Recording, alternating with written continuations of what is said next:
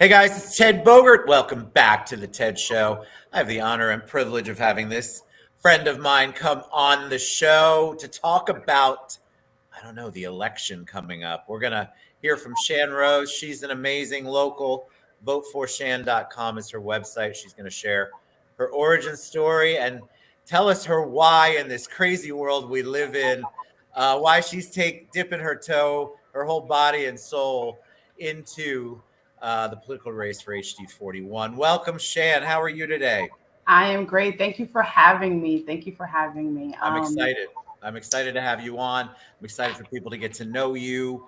I'm excited for anyone. I think it's such a big deal to take that leap of faith and jump into any political race right now.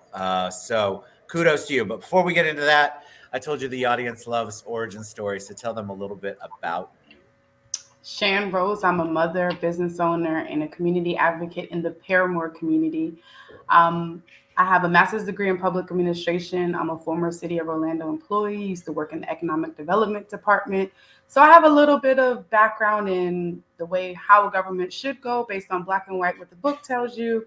And I had the physical experience based on being a city employee. Now I am a community advocate. I run a nonprofit, Change for the Community, where I mentor youth and I do community outreach. Last year, during while we were doing COVID vaccinations, I was able to secure a contract, and we had a team go out and we were vaccinated in homes, facilities. I think for me, the most memorable is partnering with one of the local nightclubs. We were like literally vaccinating people inside a nightclub while they were not operating, but basically bringing in people, letting a familiar location, a familiar place and space.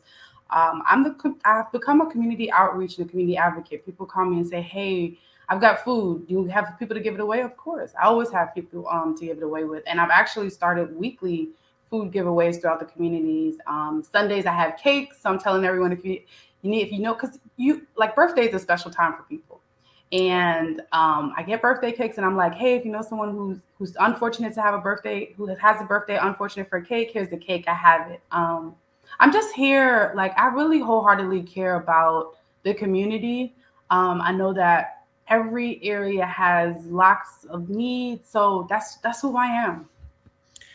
I love that. And I know that about you. I'm glad the audience gets to get a snippet of that. Where does that come from? Were you raised in a household where volunteerism and giving back was part of your daily life, or is that something you learned along the way?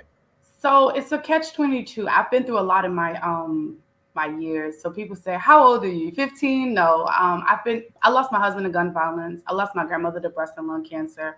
I've lost a 3.5-year-old child to medical conditions. I've lost pregnancies. So my life is my give back to the things that I've experienced and not having anyone to hold my hand, so to speak. How do I reach back and take the experiences that I've been and advocate for other individuals? I was a homeless teenager. So like homeless initiative and how to end homelessness is a passion of mine. When we talk about gun violence, I'm a strong proponent of community policing on a positive note. How do we engage so that people feel more comfortable when things happen to report it, to talk about it?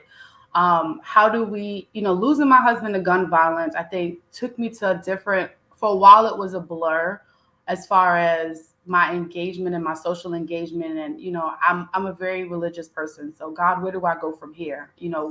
What journey and what path are you taking me along? But learning, and then when you start learning that a lot of these things are more politicized than you really understand, it's like, oh, okay. So I had a 3.5-year-old son. He had health conditions. And what would happen is we had Medicaid. So guess what? We were at the bottom of the totem pole with treatment. We would go to, if we went to ER, it's in and out. There's no long term anything because they're gonna get the bottom of the grain of payment if they get payment. So I started learning like everything in my life and everything I've been through, like someone has to advocate for that. Those are policy changes. Those are things that involve having candid conversations about how do we fix it. So that's been my why. It's been the things I've been through and how do I help others not go through it, or how do I help them get through it?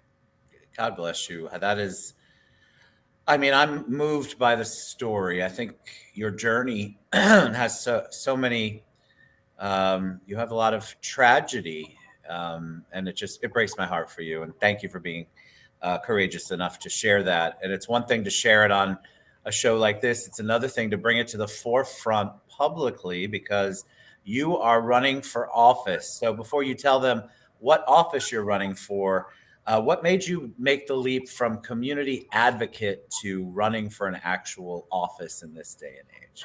So a few months ago, there's been a lot of like leading up, but a few months ago, I had a really close friend of mine who I considered like a sister. She passed away of health conditions, but she didn't have insurance. And so what I saw was a system built not for people who can't afford healthcare. And that's not okay. And I watched her find out she has it. I watched hospitals say, well, just go home and we'll see you in a couple of weeks. And it's like, this is like stage 4 of cancer. How do you mean go home and we'll see you in a couple of weeks? Originally, it was like when she was first, feeling pain and experiencing it, she'd go to the doctor and she had, I guess you would call it like clinic doctors that she was seeing. So if going to a free clinic and they're like, oh yeah, we'll schedule an MRI in 2 months. And it's like, we're in America. We're like in the land of the free, the land of the great. And when an individual can't get the medical attention that they need, and it's not even deserve, I would say like need, that's a problem for me. And so those are things that legislators have the ability to adjust and address. For me, living in the Paramore community, gun violence and gang violence is a huge thing. Where's the money? Where's the funding? Where's the partnership? Where are the leadership saying, hey, this isn't good. Let's talk about it. Let's have community forums. Let's have community conversations. Let's get the community riled up to get involved. You hear we've always grown up with it takes a village. Well, if you're not riling up the village and reminding the village, we need you. Hey, village, we need you. We need your help right now. Then that's a problem for me. So it was like, okay, these are the two leading things that are like, okay, I know that this is the job of an elected official. Where are you? Where do you stand? How can I help you? And when you get that, I can't help you. It's like, okay, all right. Well, you know what? Let me buckle it up, and we're gonna run for office. I think, first of all, again, kudos for running for office. I think, like we talked about before we went live, it's an interesting time to run for office, no matter what your beliefs are, what side you're on. And it's sad that we have sides, but you know what I mean. The local government, it is becoming more and more clear how important that is all the way up the chain. And I think anyone who thinks that their vote doesn't count locally and won't help make local, regional, state, national change, you are missing out, because I'm telling you, a lot of the things that are going on right now are because we don't have the local representation we need, whatever side you happen to be on. So let's talk about HD 41. Why there? Obviously, you live in the community. Mm-hmm. Tell them what HD 41 includes. So HD 41 is the south end of Colonial Drive all the way to Sand Lake, the west side of I-4 all the way over to the Ocoee Metro West Windermere area. And besides living here, this portion of Orlando is a predominantly African-American community where we face a lot of, it's a very, very diverse region, but we're missing out on a lot of things when you talk about programming. So why HD 41? I looked at legislation for the last 2 years and said how much funds have been appropriated, whether you make an attempt or whether you actually bring home funds. And there wasn't anything when we talk about community organization. And when we know that we have a crime issue here, when we know that just last year or the year before, we had 25 youth. And youth, in my opinion, youth is classified to about that 25 age. So people say youth are just kids. But in that 24, 25-year-old, you had almost 24 individuals that were affiliated with gangs that were locked up, shooting after each other, retaliatory shooting. We had in 2020, we had retaliatory. We had a 3-year-old killed. And when you start talking about the policies, recently we had the 10-year-old who picked up her mom's gun and shot someone twice and killed them. You had the 2-year-old that picked up their the mom's gun and shot and killed their dad. You had a teenager found in the car, gunned down. And it's like, these are things where we need intervention and we need it now. There was a lot of money from CARES that I don't believe came to our region that we deserve. And so we need a strong voice who's going to advocate for the things that hit home physically to them. And so when I say physically hits home, the Texas shooting was Tuesday. I woke up Wednesday morning, 2 streets from my house, 2 people were shot. And the news story reads, they asked the homeowner, "Did you hear the Did you hear the gunfire?" He says, "Yeah, I heard the gunfire, but I went back to sleep because that's normal." We have to stop normalizing behavior in the West Orlando area. And it's going to take someone who is in the heart of it, who has the relationships, the rapport with the groups that are going to say, okay, how much does your program need to pick up more kids? You'd be surprised. There are a lot of organizations that, and I'm a millennial. So us millennials is actually a group of some of us that we're in like a group chat where we kind of share information that's going on. You'd be surprised how we don't understand business structure and what it looks like to have a structured business, what it looks like to make sure that, what goes in comes out, and what comes out, you properly documenting it. A lot of us work 9 to 5s to cover our programs. So it's how do we create, we're housing these young people. How do we create space? Well, the only way you can do it is with funding. And if funding isn't coming to us and we're not being asked, hey, how much money do you need for your program? Then you've got a problem. And that's wherein lies the problem, where you need someone who's from the community, who understands the needs of the community, who's going to turn back and say, hey, I know what I need, but what do you all need? How can I help you help yourself? How do I just send you thank you notes? And sometimes in the group, I'll send thank you for your hard work. It's that small appreciation. And sometimes, again, it could be financial towards your program, or it could be something simple as partnering with the local soccer team and saying, hey, we've got 100 kids. Can you create a section for us? It's having that outward desire to reward what's happening in our community. So that's my why for HD 41. I love it. Thank you. I think it's so important to have that kind of advocacy heart to really make change. Grassroots, people used to say it's a grassroots effort and people would look down. And to me, that's where the key starts. It's a foundation. And so the grassroots has never been more important than it is right now. Before I get all the details on how people can find out more about you, what is the most surprising thing that you found out? It's one thing to fill out the paperwork. It's one thing to get it. And then when you jumped in, what's the most surprising thing you felt about the process itself of running for office?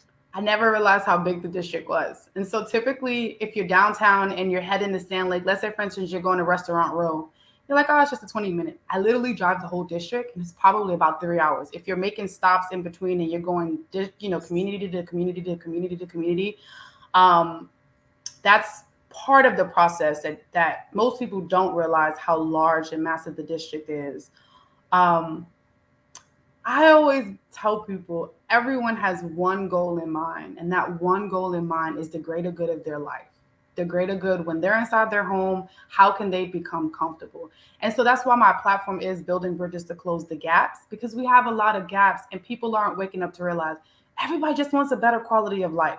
Yes. Whether it's the individual, the millionaire who lives in a gated community in Windermere, or it's the Shan Rose single mom living in Paramore. We all want the same thing. We want to be able to raise a family, make some money, have a good time, enjoy life. And everyone doesn't believe in volunteerism. As long as I can walk outside of my front door and my square, I'm okay. I'm okay with that. And it's how do we create that? And it looks different for every single person. So I think that's the process. It's like, how do you get people to understand voting is the most important thing anyone can do, because it impacts everything in your life. It impacts the streets and the sidewalks, it impacts the street lights, it impacts the parks. I had a fitness group invite me out, and they're like, do you know a lot of parks don't have fitness equipment? And I'm like, no way. That can't be. And I'm like, I start going to parks and I'm like, if it's not a new park, the old parks don't. Okay. I said, well, now you give me something different. You give me a different perspective.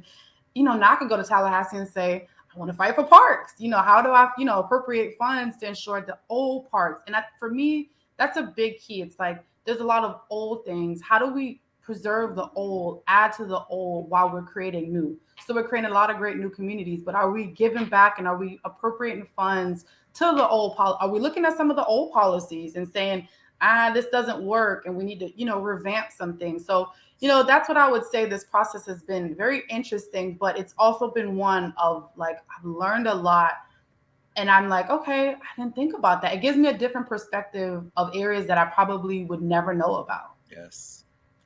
I mean, I could listen to you for hours. I knew I could. This is because you speak passionately from the heart and it's authentic.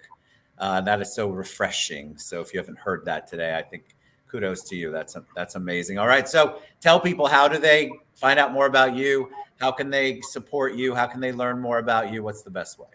www.voteforshan.com. I'm on Plan with Shan on social media platforms, Shan Rose.